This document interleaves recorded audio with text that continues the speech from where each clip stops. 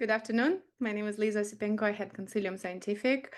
Welcome to our bi-weekly events. And today we are welcoming Professor Jo Waller from Queen Mary University of London.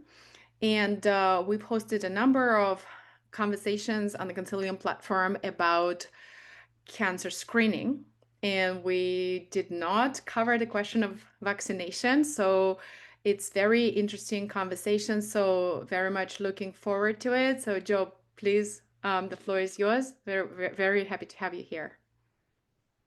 Thank you, and thank you very much for the invitation to speak this afternoon. So I'm Jo Waller, Professor of Cancer Behavioural Science at Queen Mary, and I've been working for 25 years or so in the field of cancer prevention and early diagnosis, with a particular focus on cervical cancer control. And so today I'm going to be trying to give you a sense of what I think is the important role of behavioural science in the aim of eliminating cervical cancer.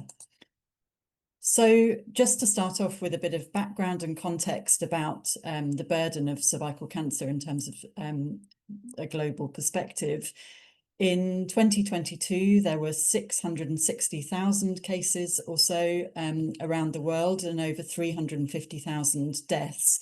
And I guess the key take home from this map is that this is not an equally distributed cancer around the world. The huge burden of disease is in sub-Saharan Africa. And I'm going to show a couple more of these maps as we go through the talk.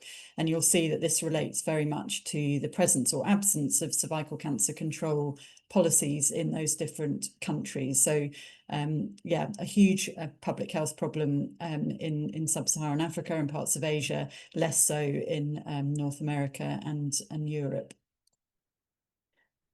So just so that we all understand what we're talking about in relation to cervical cancer, it's one of the cancers that we probably best understand in terms of its etiology.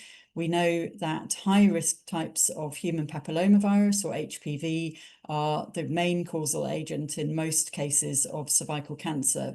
So HPV is a very common infection. It's sexually transmitted. Most sexually active people will acquire the infection at some point in their lives. But in most cases, the immune system clears the infection and it doesn't cause any problems. Where it does persist, it can start to cause cell changes, cellular abnormalities in the cervix. And if those aren't detected and treated, it can go on to cause cancer. And because we have that really well understood progression, we've now got two really effective interventions that we can use to halt the progress before it develops into cancer. The first is human papillomavirus vaccination, which can prevent the infection in the first place. And the second is cervical screening, which can be used to pick up HPV or those cellular abnormalities. And when abnormalities have been formed, those can be treated very effectively. So this has led to the WHO publishing a global elimination strategy to reduce rates of cervical cancer down so low that it's no longer a public health problem. And achieving elimination relies on these three targets. So firstly, the aim is to have 90% of girls vaccinated by the age of 15 years. So vaccination is most effective if it's done before exposure to the virus. So that means before the onset of sexual activity. The second is to screen 70% of women by the age of 35 and again at 45. So to try and pick up cell changes at a point where they're treatable, and that's the peak age of incidence. And then screening is only effective if we go on to treat cell changes. So the third aim relates to treatment, which I'm going to talk about less today, but that is about achieving 90% treatment of women who have cervical disease or invasive cancer detected. So we have those two really effective interventions, but of course they're only as effective as the number of people who have them. So in achieving these targets for elimination, we need to think about behaviour. So at the sort of basic level, that is, are people having the vaccination and are people going along and having screening where it's available? And the social ecological model is a useful framework to think about these different levels of influence on that. At the bottom, you've got that individual behaviour, but the these sort of increasing circles of influence of how that can be affected. And so we can think at the sort of most outer level of policy. If you've got to have policy in order to have a vaccination program or a screening program, and that requires funds from government and a policy to be in place. And then as you move down through this figure, there are community factors, which include things like social norms, which are particularly important in vaccination and screening. There are institutional and organisational factors, so the institutions where the services are being delivered.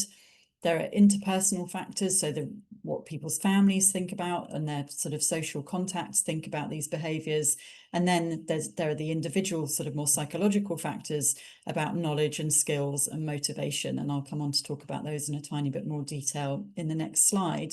And you can see that where something happens like RFK being sworn in as the US Health and Human Services Chief, that can have an impact at multiple levels. So, changes in the environment that might affect policy in the United States in relation to vaccination, and it might affect individual knowledge and beliefs as things get disseminated on social media and so on. So it's important always to have in mind, it's not just about that individual and their own beliefs and motivation, but it's also about those different levels of influence. So as a health psychologist, I'm particularly interested in thinking about behaviour sort of at that individual level. But again, this is a very common model called the COM-B model, which is useful in thinking about different constructs that might have an impact on behaviour and then how those can be mapped onto interventions. So the three factors that are thought to affect behaviour according to this framework include capability, and that's both people's physical capability to do a behaviour, but also their psychological capability. So do they know about it? Can they remember to do what's necessary? Do they have the necessary skills? Then there's the opportunity, which is much more about the environmental factors that facilitate someone's behaviour. So is the vaccine available to them? There's a social aspect to this as well. Is it something that's acceptable within their community? And so only when the capability and the opportunity are in place can someone then depending on their motivation, engage in the behaviour. And so that motivational factor is also important. And that includes both our sort of automatic motivations of things that we just do without having to think too much, and also a more reflective motivation of weighing up the pros and cons and really thinking about whether to do a behaviour. And so that model is the centre of this behaviour change wheel. It maps onto these intervention functions. So there are different ways that we can try to change people's behaviour, for example, by education, which might then increase their psychological capability of doing the behaviour, or training, modelling and so on.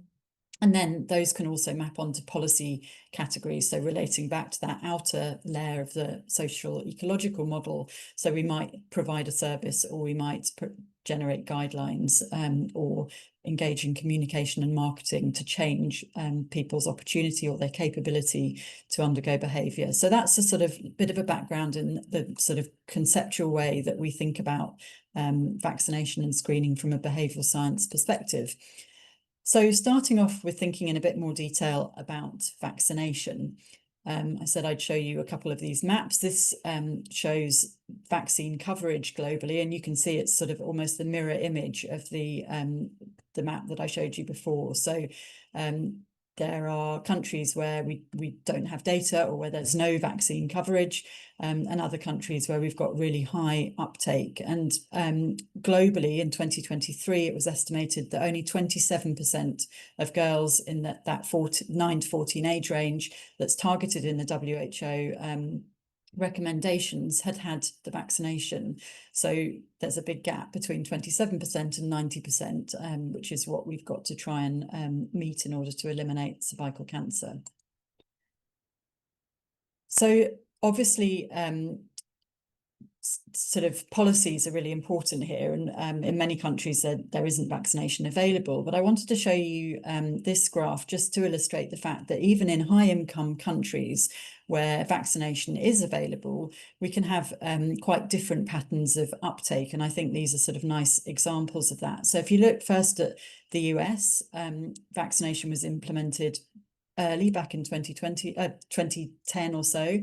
but it wasn't implemented in schools. It was implemented so that people had to go to their paediatrician in order to have it.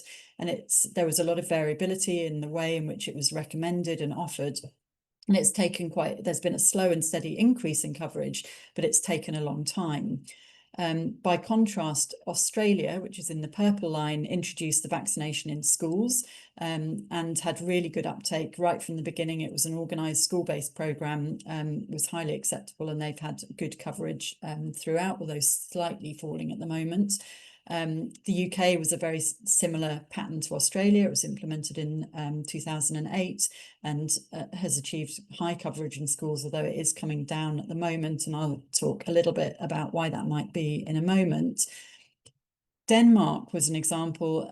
Again, coverage was good, but then there was some sort of media coverage of adverse events following vaccination. So not that there was any change in the evidence about safety, but there was quite a lot of publicity about parents who believed that their daughters had been harmed by the vaccine, which was then followed by a documentary about it. And it led to quite a steep drop in coverage, down to about 50%. And then some work had to go on to sort of recover trust, and it has come back up to a really good level now. And then the really sort of bad news story was Japan, where again, there were these very vocal advocates who believed that their daughters had been harmed by adverse vaccine responses, again, not based in any evidence about safety. But the government lost confidence and withdrew their recommendation for the vaccine. And so uptake really, before this, it was actually even much higher, plummeted down to just sort of a few percent for many years, during which time a real opportunity was missed to reduce cervical cancer incidence. And it's only in recent years that it started to climb up again. So it shows that even where you've got funded vaccination programs and where uptake might initially be good, all vaccine programs are susceptible to changes and falls in public confidence. And it's really important to be prepared for that and to have strategies in place to rebuild trust as needed and address these things as they happen. And for people who are interested in this, there are 3 really nice papers that give examples of how this was done in Japan. A similar thing happened in Ireland, and they were able to identify the sort of trusted sources of information through Facebook and other means. They had a really kind of organised and coherent response, and were able to rebuild confidence and restore coverage quite quickly. So in terms of thinking about the sort of interventions that we can use to increase vaccine coverage, I wanted to highlight a couple of reviews that have been published fairly recently. This one included 159 articles, notably almost all of them were from high-income countries. And they divided them again a bit in line with the social ecological model into parent-centered interventions, which targeted knowledge and attitudes in parents. So the vaccine's usually, as we've seen, offered to girls around the age of 12 or so. There were interventions that were more targeted at providers, and all of those were based in the US. As I mentioned there, it's sort of offered individually by paediatricians, and so the provider behaviour and perspective is really important. And then there are more practice-centred interventions, which are things like offering reminders and prompts and sort of the way that programmes are run through schools and in other ways. And they found throughout their review that what was really notable was that interventions that operated at multiple levels, so not just at one of these, but they were targeting both patient and provider, or provider and practice level factors, were generally more effective. And the figure is quite a nice sort of overview of the kinds of things they found. So you can target knowledge and attitudes and provide support for parents. That's really important, that they understand what the vaccine is and how it's being offered and why and what it can protect against. There are interventions you can do to ensure that providers have good knowledge, that they make appropriate recommendations, and that they're sort of being trained in the optimal ways of communicating with parents. And that then feeds into the parents' beliefs and decision-making. And then there are practice level factors. So, of course, access is the most important thing. We know that both in vaccination and screening, reminders and recall systems are really important. Peer and patient navigators can help people sort of engage in that decision-making process and know how to have the vaccine, and materials provided in clinics. And then targets, so that's targeting directly the the parent beliefs in sort of these program interventions. And then there are also strategies used to target providers, so education and training to make sure that they know what it is they're offering in terms of that vaccination, feedback on performance, so particularly reporting how particular providers are doing in terms of uptake compared with other providers, giving them tips about messaging, prompting systems so that it's being flagged that someone's due for a vaccine when they're in the room. Vaccine bundling, which is a really interesting one. So historically, HPV was sometimes sort of treated as a slightly separate vaccination, and people were told, oh, you don't need to decide about that one today, or this one's a bit different, and people knew that it was sexually transmitted, and that led to some different kinds of attitudes. But actually, if HPV is bundled together with other vaccinations that are offered at the same age, uptake is likely to be higher, and you're not sort of making parents think about it in a different way. And things like standing orders and the age at which vaccine is initiated are also important. And I guess vaccine series completion is maybe less of an issue now. When it was first introduced, there were 3 doses of the HPV vaccine, but increasingly countries are switching to a 1-dose schedule. And then I just wanted to flag one other review, which was a review of reviews, so an umbrella review, including 10 other systematic reviews, 110 unique studies. And again, I guess it's a similar literature being looked at, so mainly US-based studies and mainly high-income countries where they weren't based in the US. And they found huge heterogeneity in findings and in interventions. And they kind of summarize it in this logic model. So again, you can think about interventions being educational, so feeding into that capability sort of bit of the COM-B model. We can remind people, we can offer incentives for having the vaccine, we can do interventions that are targeted at the providers. Again, they flagged multi-component interventions as being more effective, and we can target the individual or the organisation or the community.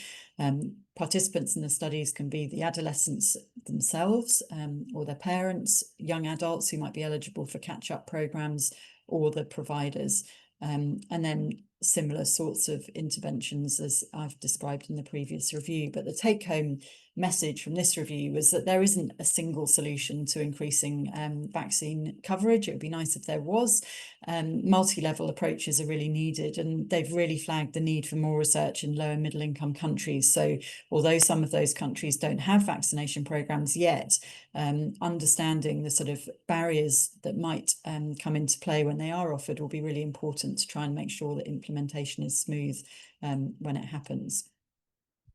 So just to touch briefly on reasons for falling vaccine coverage, and this is being seen, I mean, there's obviously been an increase in vaccine hesitancy globally, and that's one reason why uptake of various different vaccinations is falling, and we see measles outbreaks and so on starting to happen in countries where historically there's been good immunity. I wanted to just give the UK as an example, and this is coverage in England over the last few years. And I guess what you can see notably, I guess I would flag a few things. One is the impact of COVID, which in a school-based vaccine programme where schools were closed for a significant amount of time, you've got that really huge impact, but it's not the same in all the regions. So there's regional variation in how much impact that had, and how much vaccine programmes have managed to catch up the people who were missed during COVID. I think there are issues around resources and staffing. So, resources are tight. School nurses are having to deliver influenza vaccinations, which they weren't doing previously. So they're doing more work. there's been a rise since COVID in school absenteeism, and so both that and the change to a one-dose schedule means that there's more chance that a child won't be in school on the day that the vaccination is being done, and there's less opportunity to mop up those people who've been missed. We're using in the UK mostly e-consent processes now, so that may make it easier for some parents to consent, but may generate barriers for other people, or just the possibility of consent forms by email getting lost in sort of barrage of emails from schools. And then, of course, there is an underlying sort of current of vaccine hesitancy that's likely contributing as well. So lots of different factors, some on the service provision side and some on the individual attitudinal side, again, showing that to address this, we're probably going to need multi-level interventions. And then I just wanted, on the topic of vaccine hesitancy, just to finish the vaccine bit of the talk by flagging this really interesting project that I came across. It was presented at a conference that I was at recently, which is called the Jitsu Vax project. And if people are interested, the website is on the slide. And this is a method called empathetic refutational interviewing. So it's trying to train providers to have conversations about vaccination with people who have quite anti-vaccination views or who are vaccine hesitant, and to do so in a way that maintains rapport and doesn't lead to a sort of breakdown in that relationship. And so they identify these, they call them attitude roots. So, it might be conspiracy beliefs, it might be a distorted view on risk perception, and they then give evidence-based sort of tips for how to have those conversations and how you might be able to gently refute some of those beliefs in different ways. So I think this is obviously at an individual level, where someone's in the surgery with a patient in front of them who's expressing these vaccine hesitant beliefs. And this sort of training, and they use a sort of train the trainer method to disseminate these skills out through the workforce. And I think that's a really promising way of having that sort of individual level impact on vaccine beliefs. So I'm going to move on now to talk about screening. Just to sort of recap on what we do in terms of cervical screening, the WHO recommendations are for primary HPV testing, so that we're picking up the virus. That's the first step in that oncogenic process that I showed at the start. The primary HPV screening can either be used as a standalone test or with a triage test, so that you might do genotyping to identify HPV 16 or 18 and refer only those who are positive with those subtypes, or cytology or colposcopy, or different ways of triaging. But in low resource settings, sometimes having HPV testing and then a screen and treat approach can be effective. Because we're using HPV testing, that opens up the possibility of self-collected samples as well as clinician samples. The WHO recommendation is to start screening from age 30 and to stop after age 50 following 2 consecutive negative results, but where resources are limited, to prioritise women aged 30 to 49, where the peak incidence occurs. And that's in line with that WHO target to screen 70% of women by the age of 35, and again at 45. And the interval that they recommend is 5 to 10 years if using HPV DNA testing, or 3 years with cytology or visual inspection with acetic acid. So again, this is the last of these maps. And again, you can see that the countries where we know there's a high prevalence of cervical cancer, that are also the countries least likely to have screening. So we have good screening across much of Europe, North America, some of South America and Australia, and much less so in most parts of Asia and in Africa. And this is ever lifetime screen. So there are 63 countries which have no screening at all, no screening recommendations. And we know that 64% of the population, which is over 660 million women, have never been screened by the age of 30 to 49 years. So there's, again, a huge gap between what we're trying to achieve for elimination and the case at the moment. So I'm going to focus on England as an example of, again, because of course you've got to have a screening programme in place before you can then start to think about individual predictors of uptake and the role of behavioural science. So in England, we do primary HPV screening, and that's been in place since 2019. And that's at the moment every 3 years for those aged 25 to 49 years, and every 5 years for 50 to 64-year-olds. And we use cytology, so looking at the cells to triage HPV positive women and refer those with cell changes for colposcopy. And if women are HPV positive with no cytology abnormalities, they get recalled in a year. And it's an organised programme in the UK with postal invitations and reminders, and quite a lot of activity in terms of text messages from GP practices going out to encourage people to attend. Over the last 20 years or so, there's been a slow but steady decline in screening uptake. It's just slightly gone up in the last year reported, but you can see that it's hovering around just below 70% and lower in the women aged 25 to 49 years. So there's increasing concern about why this is happening and what we can do to change it. We've got quite a lot of change going on in the screening programme in England at the moment. So as I said, we had the rollout of HPV primary testing in 2019. This year, we're likely to see an extension of screening intervals. It's been recommended but not implemented yet for 25 to 49-year-olds. So that's something that needs to be communicated to people. We're expecting to see a recommendation for self-sampling for people who don't attend screening at the moment, and that is also something that's of interest for everyone who's being invited for screening, not just the non-attenders. We've got now cohorts of very highly vaccinated age groups coming into the screening programme, and we know that having screening every 3 years is definitely not needed for those girls that have been vaccinated, and in cohorts where there's good herd protection from high vaccine coverage. So there's likely to be a big rethink of how frequently we need to screen those women.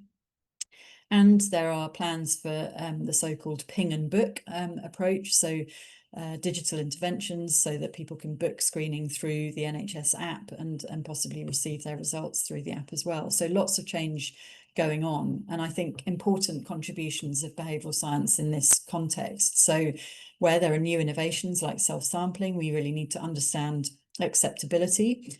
And where there are changes to programmes such as extended intervals, again, acceptability becomes important, and behavioural science can help explore that and develop communication strategies. We need to do better at facilitating informed choice and trying to increase participation.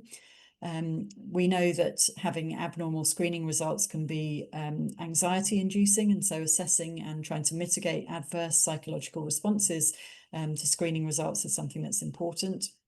And it's really important that we address inequalities and try to focus underserved groups. So we know that there are gradients in terms of deprivation, inequalities in terms of ethnicity and disability, and other factors that where we need to, again, better understand how we can offer screening in a way that's doing better for those underserved groups. And it's also important, as we saw with vaccination, to understand health professional views and make sure that if changes are happening, the health professionals delivering the programme understand what the change is all about and are there and well informed to answer questions as they arise from patients.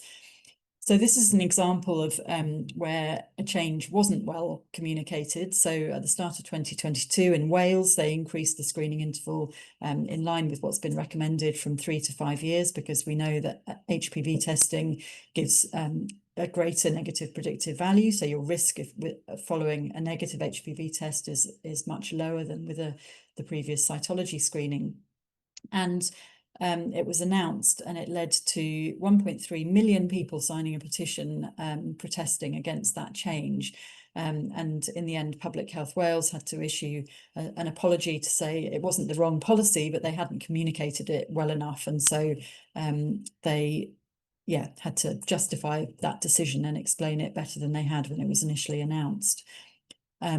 We did some work just prior to that, in fact, looking at how best to communicate this kind of change. I think there's great public enthusiasm for screening, despite the falling uptake rates. We know that generally the population is very pro-screening, and where you're then trying to explain why less screening might be better, it goes against the sort of public health messages that we've been disseminating for many years. So what we found in this work was that it's explaining the relationship between HPV, abnormal cells, and cancer is really important for people to understand why, if you're testing for HPV, a longer interval is going to be safe. We found that receiving information from trusted sources was really important to people. We thought we might be able to come up with one message that would be particularly sort of good at explaining and reassuring people, but we didn't find one that was better than the others. But we did find, again, just setting this change in the context of the change to HPV primary screening was important. And we found that people who regularly attended, and particularly those with a history of abnormal screening results, were less accepting of the change. So that points to a group that might need some extra efforts in terms of communication and support when this kind of change is implemented. We've also been looking at attitudes towards having a choice of clinician or self-sampling for HPV screening. So there's a lot of work to show high acceptability of self-sampling, particularly among non-attenders. But there hasn't been much work looking at what happens and what do people make of the idea of having a choice between the two. So we asked people these questions specifically about that choice, and we found that a lot of people said the choice would make sense to them and that they would like it. But we were surprised that actually almost half said that they would prefer to have a recommendation rather than having to make that choice themselves. And smaller proportions, but still a non-trivial percentage of women said that they would find the choice worrying, or that they wouldn't want to be offered that choice. And we found that those particular beliefs were significantly associated with educational background. So women who had less formal education were more likely to feel worried about having a choice and more likely to say that they wouldn't want a choice. So I think this is sort of kind of was surprising to us, because I think intuitively we feel that one size doesn't fit all and that more choice must be better for everybody. But actually what we found was that we may be disadvantaging certain groups if we offer a choice, and that if we're going to offer a choice, we may also want to accompany it with a recommendation for those who don't want to choose themselves. So the other work that we've done in this context is, as I mentioned, around the psychological outcomes. And so the switch from cytology-based screening to HPV-based screening makes that link between a sexually transmitted infection and cervical cancer much more explicit. And having a result that's telling you that you've got a virus that's probably been acquired through sexual contact has the potential to increase anxiety and to make people experience things like stigma and shame, which we want to avoid. So I just thought I'd talk briefly about the PIPS study, which examined the psychological impact of primary HPV testing. And this was done in the context of the pilot of primary HPV screening that was carried out in England a few years ago before implementation. So it was a cross-sectional postal survey. We sent out a survey a week after people received their results and then followed them up 6 and 12 months later. Our primary outcome for this work was a generalized measure of anxiety and a general measure of distress. And then we also had a range of secondary outcomes, sort of digging a bit more into their knowledge around HPV and their perceived risk and so on. And we had some free text responses to collect information about unanswered questions that people had following their results. So this was the baseline findings. And what you can see is that people who had an HPV positive result had a significantly higher level of anxiety. People who had abnormal cells as well were even more anxious.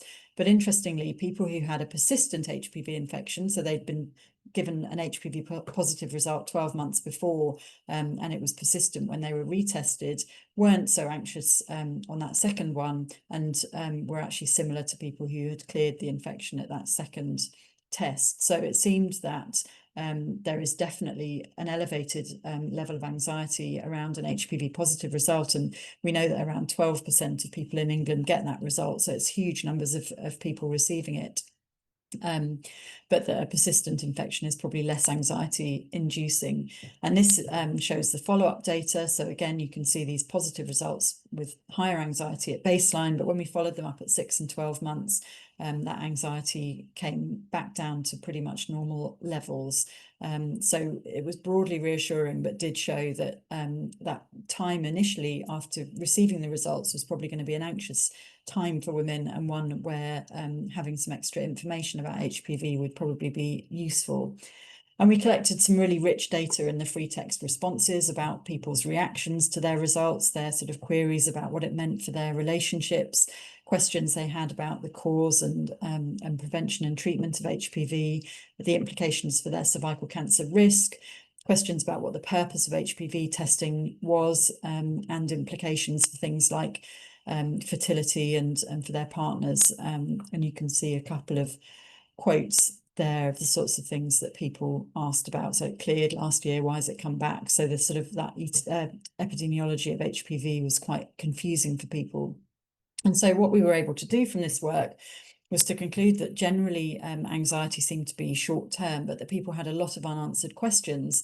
There was a lack of awareness and knowledge about HPV. And so we were then able to work with Public Health England and the Department of Health to develop these frequently asked questions to go on the back of that results letter, so that at the point where people were ready to engage with information about HPV, because they were thinking, what is it and what is this result that I've got, that some of that information was then given at that time point.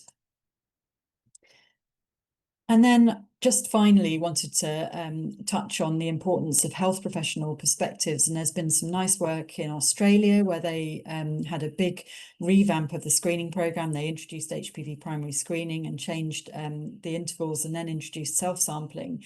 And they have done some nice work looking at provider attitudes towards the move to self-sampling for screening non-attenders. And they found that although there was widespread enthusiasm, there was also quite a lack of understanding, and some clinicians not really believing that the test was good enough. And of course, that then has a knock-on effect of women turning up at screening, believing that they can choose self-sampling, and then finding that their provider perhaps wasn't as enthusiastic about it as they were hoping. And then that leads to confusion and not a very positive experience for the patients. So just an illustration of the real importance of understanding provider perspectives and making sure that good training and dissemination of information is in place, so that the providers who are on the front line actually talking to patients about these changes are prepared for those conversations. So just to conclude, we definitely have the tools to eliminate cervical cancer at this point. It's a really exciting prospect, and something that I think most people wouldn't have imagined that we would be able to even consider eliminating a particular type of cancer 20 years or so ago. But behavioural science is really needed, because we have to make sure that uptake of these programmes is optimal, so we can work to maximise the acceptability of screening and vaccination, to really understand the barriers to uptake, and to make sure that where new programmes are being introduced or changes are happening, that we can optimise communication. And I think the key take home, especially from the vaccination work, is that we need interventions at multiple levels to have most hope of having a positive impact. Thank you very much. We'll stop sharing. Thank you very much, Jo. Very informative talk. So I thank everyone for attending today, and we'll see you in 2 weeks. Thank you. Bye-bye.